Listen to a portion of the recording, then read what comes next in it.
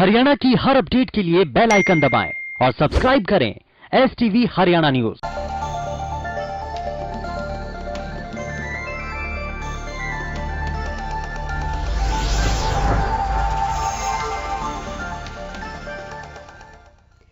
नमस्कार, हल्का हलचल में आप सभी का स्वागत है और मैं हूं आपके साथ सोनिया सतानीता।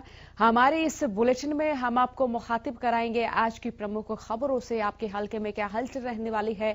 इस बुलेटिन में हम हमारे संवाददाताओं को जोड़ते हैं, उनसे जानते हैं कि हलके में आज क्या हलचल रहने वाली है, किन खबरों को वो प्रमुखता से उठाने वाले हैं। तो बुलेटिन की शुरुआत कर लेते हैं एक बड़ी और अहम खबर के साथ। बड़ी और अहम खबर तमाम दर्शकों तक पहुंचाने जो कि इस वक्त चंडीगढ़ से सामने आ रही है। विधानसभा स्पीकर कर्मचारियों को शपथ दिलाएंगे, कोविड-19 से संबंधित निर्देशों के लिए शपथ दिलाएंगे। सुबह 10 बजे सचिवालय कर्मचारियों को शपथ दिलाएंगे। इसी के साथ आपको बता दें, विधानसभा भवन के गवर्नर गेट के सामने ये कार्यक्रम निर्धारित किया गया है, कार्यक्रम आयोजित किया गया है। चंडीगढ़ से इस वक्त की बड़ी खबर, विधानसभा स्पीकर कर्मचारियों को शपथ दिलाएंगे, कोविड-19 से संबंधित निर्देशों के लिए शपथ दिलवाएंगे और सुबह 10 बजे सचिवालय कर्मचारियों को ये शपथ दिलवाई जाएगी। आपको ये भी जानकारी दे दें कि विधानसभा भवन के गवर्नर गेट के सामने ये कार्यक्रम निर्धारित किया गया है। आपको बता दें कि कोरोना का कहर लगातार जारी है और कोरोना के आंकड़े प्रदेश भर से लगातार बढ़ते हुए नजर आ रहे हैं।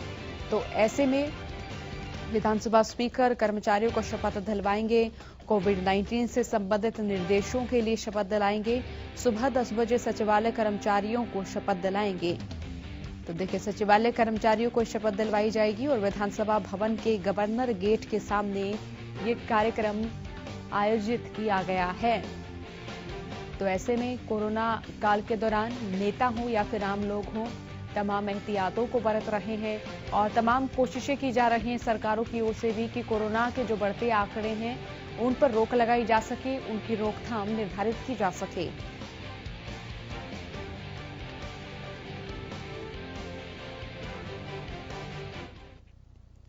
पानीपत से एक ऐसा मामला सामने आया है जिसे आप सुनेंगे तो आपका दिल भी एक बार दहल उठेगा और सवाल उठेगा मानवता पर, आज की मानसिकता पर। बता दें कि रविवार सुबह पानीपत के सिविल अस्पताल में एक कुत्ता अपने मुंह में एक भ्रूण लिए घूमता नजर आया।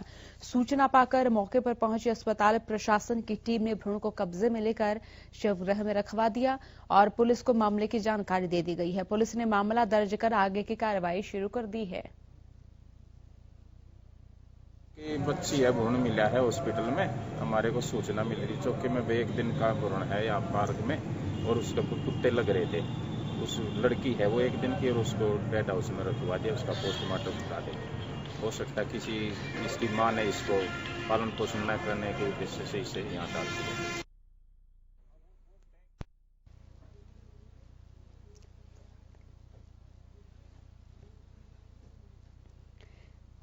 तो देखिए, तस्वीरें हम आपको दिखा रहे हैं। ये तस्वीरें आप जो भी देख रहे होंगे, जितने भी दर्शक इस वक्त इन तस्वीरों को देख रहे हैं, वो जरूर सोच रहे होंगे कि आज इंसानियत किस मोड़ पर जा रही है। तो अभी पानीपत का रुख कर लेते हैं, जहां से हमारे संवाददाता जितेंद्र शर्मा हमारे साथ लाइव जुड़े हुए हैं। जितेंद्र, अगर हम पानीपत की खबरों की बात करें तो आज क्या खबरें रहने वाली हैं? और थोड़ी देर पहले जिस खबर पर हम बात कर रहे हैं कि यहाँ एक भ्रूण मिला है, तो इस तरह की जो खबरें हैं वो अक्सर बड़े शहरों से या फिर छोटे शहरों से सामने आती रही हैं। तो आज यहाँ क्या अपडेट रहेगी, क्या खबरें रहेंगी? सोनिया, देखिए, ये जो खबर हम दिखा रहे हैं ये हरियाणा न्यूज के साथ है और इसी खबर को लेकर हमारी अपडेट भी रहेगी, क्योंकि मैं बता दूं, नवरात्रों के बाद देखिए दशहरा था और जिस तरीके से इस तरीके के छोटे छोटे भ्रूण, मैं कहूंगा कि 1 दिन की लड़की का मिलना, और ये एक बार की घटना नहीं है, ये कई बार हो चुका है इस तरीके से। और इसके अंदर पुलिस मामला तो दर्ज करती है लेकिन फाइनल तक नहीं पहुंचती, ना ही इसके अंदर आरोपी गिरफ्तार होता, ना ही कोई इसके अंदर कोई कार्रवाई होती। लेकिन जिस तरीके से वो शव मिला है वो कहीं अपने आप में बहुत बड़े सवाल खड़े करता है, क्योंकि वो बिल्कुल सीएमओ ऑफिस के बिल्कुल नजदीक है और वहीं पर जो है पूरा कार्यालय है। आखिर किस तरीके से वहां पर जंगली जानवर घूम रहे हैं, जो शव लेकर घूमते हैं, लोग बाग देखते हैं, वहां पर सिक्योरिटी गार्ड की नजर नहीं पड़ती, तो बहुत बड़े प्रश्न है। और रही फिलहाल आज की अपडेट में बता दूं कि सोनिया आज देखिए जिस तरीके से कोरोना के केस है, कल जो है रविवार को 3 पॉजिटिव केस आए थे, तो कहीं ना कहीं संक्रमण कम हो रहा है। वहीं अनाज मंडी के अंदर जो है किसान धरना देने वाले हैं, जो 3 अध्यादेशों को लेकर जो चल रहा है। और चौथी बड़ी घटना ये थी कि जो सीटीयू ने प्रधानमंत्री का पुतला फूंकना चाह रहे थे, वहीं पुलिस वाले उसको लेकर भाग गए थे, उसको लेकर भी वो रोष जाहिर करेंगे। तो अब इस तरीके की मेन घटना है, लेकिन हमारा फोकस जो है वो सिविल हॉस्पिटल की उसी घटना पर रहेगा जहां उस लड़की का भ्रूण मिला है। जी जितेंद्र, अगर आज की खबरों की बात कर ली जाए तो आज राजनीतिक लिहाज से, सामाजिक लिहाज से क्या कुछ गतिविधियां पानीपत में रहने वाली हैं? जानकारी हो तो साझा करें। देखिए सबसे बड़ी बात है कि मैंने बताया था आपको कि आज जो है किसान जो है 3 अध्यादेशों को लेकर अनाज मंडी में धरना देने वाले हैं। वही दूसरी बड़ी खबर मैं आपको बता दूं कि कल सीटीयू के अंतर्गत मजदूर और किसान जो है प्रधानमंत्री का पुतला फूंकना चाह रहे थे, लेकिन जिसको लेकर पुलिस विभाग पुतले को लेकर फरार हो गई। वहां से पुलिस पुतला उन्होंने छीन लिया, उसी को लेकर वो धरना प्रदर्शन करेंगे। तीसरा जो है बड़ौदा के अंदर चुनावों को लेकर कांग्रेस अपनी रणनीति बना रही है और हो सकता है सचिवालय के अंदर धरना प्रदर्शन भी हो। इस तरीके की मेन गतिविधियां रहेंगी। जी सोनिया। जितेंद्र, अगर विजयदशमी की बात करें तो देखिए विजयदशमी का जो पर्व है वो कोरोना के कारण इस तरह से धूमधाम से मनाता हुआ नजर नहीं आया, लेकिन अगर पर्यावरण प्रदूषण के स्तर की बात करें, क्योंकि पानीपत में छोटी फैक्ट्रियां भी हैं, औद्योगिक नगरी इसे कहा जाता है, छोटे पैमाने पर यहां काफी फैक्ट्रियां भी देखी गई हैं, तो ऐसे में यहां पर्यावरण प्रदूषण का स्तर किस तरह से नजर आ रहा है?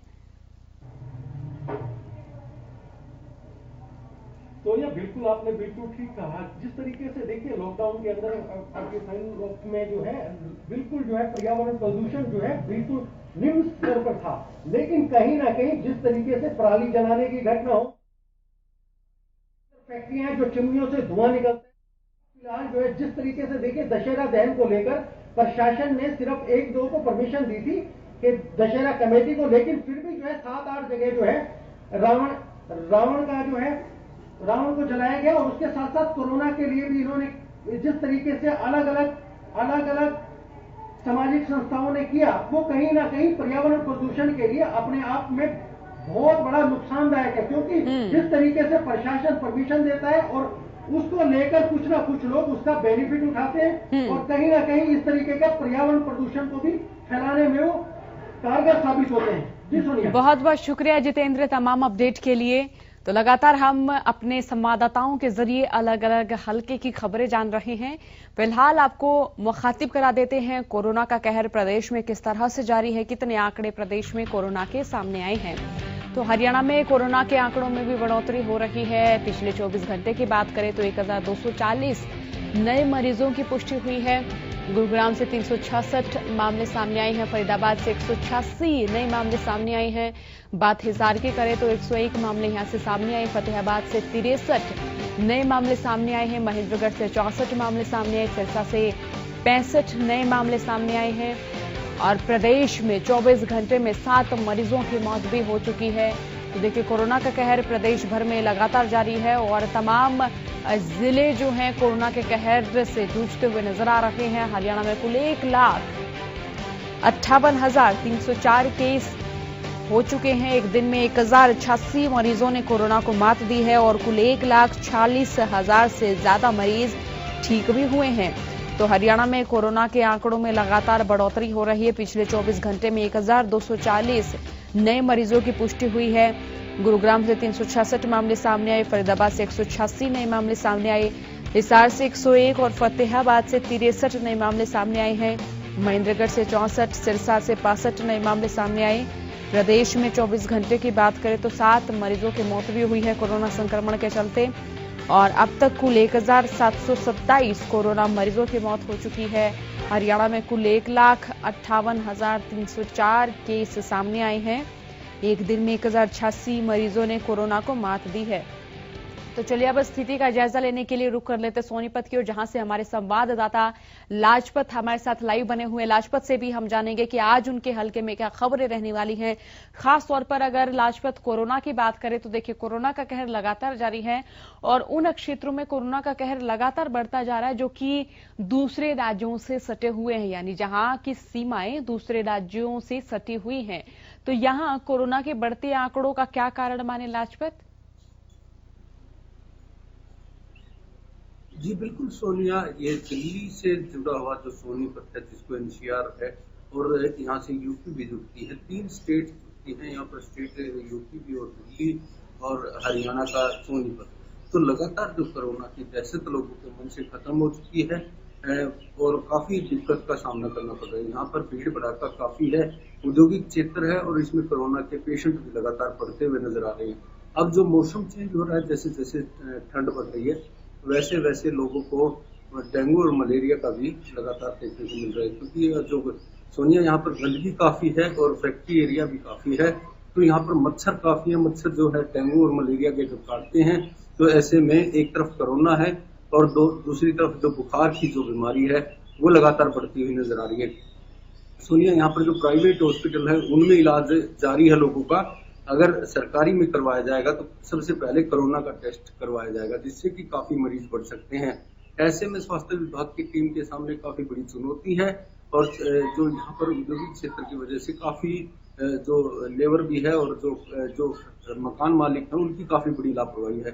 सोनिया, जो यहाँ पर मकान मालिक है उनकी लापरवाही इसलिए कि जो काफी गंदगी फैलती है उनकी लापरवाही है। यहाँ पर नगर निगम भी लगता है और पंचायतें भी लगती हैं, लेकिन लापरवाह लगातार देखने को मिले। जी सुनिए लाजपत, अगर किसानों की बात करें तो किसानों की क्या प्रतिक्रिया यहां से सामने आ रही है? क्योंकि बीते दिन दशहरे के पर्व के दौरान किसानों ने कहा कि वो सरकार का पुतला जलाएंगे, ना कि रावण का पुतला जलाएंगे।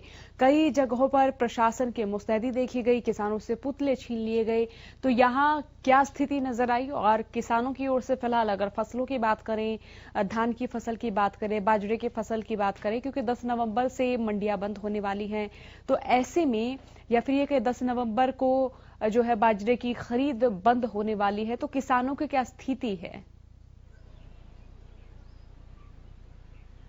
जी बिल्कुल सोनिया, अगर बात करें तो जो धान की फसल है वो ज्यादा यहाँ पर देखने को मिलती है और धान की फसल जो है अभी खेतों में खड़ी है और कटाई कम है। तो ऐसे में कहीं ना कहीं जब 10 तारीख को बताया कि मंडी बंद हो जाएगी, उसके बाद अगर किसान काफी परेशान होंगे और लगातार जो है धान की फसल भी परेशानी का सामना करना पड़ेगा, क्योंकि अब आगे ठंड आएगी तो ऐसे में कहीं ना कहीं किसान भी काफी परेशान होंगे। और पोल्यूशन की बात करें तो सोनिया, यहाँ पर औद्योगिक क्षेत्र है, काफी बड़ा औद्योगिक क्षेत्र है और पोल्यूशन काफी फैल सकता है यहाँ पर। जैसे कि अब दिवाली नजदीक है तो काफी बमबारी भी होगी, उससे काफी दिक्कत भी होगी, पोल्यूशन भी होगा, जीव जंतु भी परेशान होंगे। ऐसे में लोगों से हरियाणा न्यूज की टीम की तरफ से अपील है कि बमबारी कम करें ताकि जीव जंतुओं की जान बचाई जा सके। जी चलिए, बहुत बहुत शुक्रिया लाजपत, तमाम जानकारी के लिए, तमाम अपडेट के लिए।